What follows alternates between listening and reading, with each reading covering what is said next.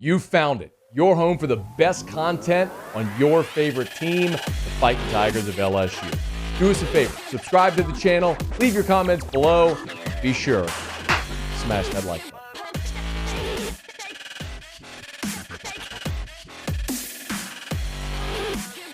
I've said this on air plenty of times over the years, but since you're here, I'm going to remind you of the story, which you may not remember. But in 2015, I remember it was the spring of 2015 because we had just gotten back from Houston with Drew and Traction had just moved into the new facility. And I was there working out one morning, and you were there, and you were talking about Derek Stingley Jr. I believe he and Big Sting were there that morning. And you told me, you'll remember this, you may not remember all the details of the conversation, but you told me that he would be a better safety than he would be a corner if he wanted to play safety, but he wanted to be a corner, and when his draft comes, he'll be the first cornerback taken in his draft. RC, he was a freshman in high school. So I'll ask you this, two-part. Number one, how's it fit with the Texans? But also, what did you see from 14-year-old Derek Stingley that was so easy to translate? The freaking freak. I get it, but 14, man, like to see it go the way that it went is crazy.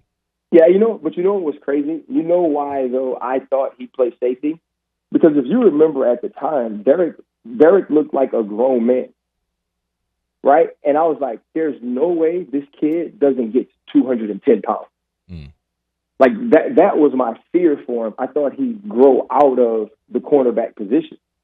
And the fact that he kept his weight down, stayed lean as he did, is really a testament to him and his dad, because the kid has the frame to be huge.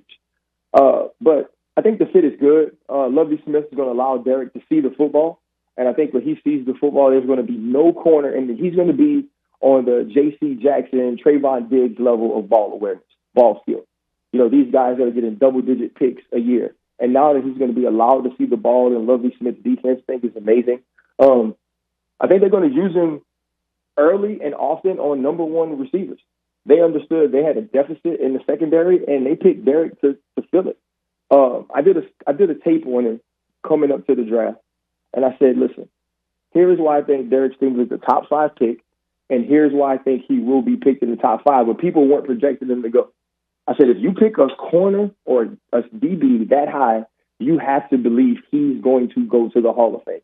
He doesn't necessarily have to go, but you have to have in your mind that he will. And the only corner, and even Sauce went right after him, no disrespect to Sauce, the only corner I felt like that about was Derek Stingley. That if you were picking at 3, picking at 2, and you were going to pick a corner, it had to be him. And that was why I was so sure he would be a top 5 pick. And I'm just very excited for him. I'm very excited for his father. A lot of hard work is going into it. And I know, somewhere his grandfather is smiling down, on what his grandson was able to accomplish. Hey, thanks so much for watching. Please leave your comments. I love to interact. And be sure to hit the red subscribe button below.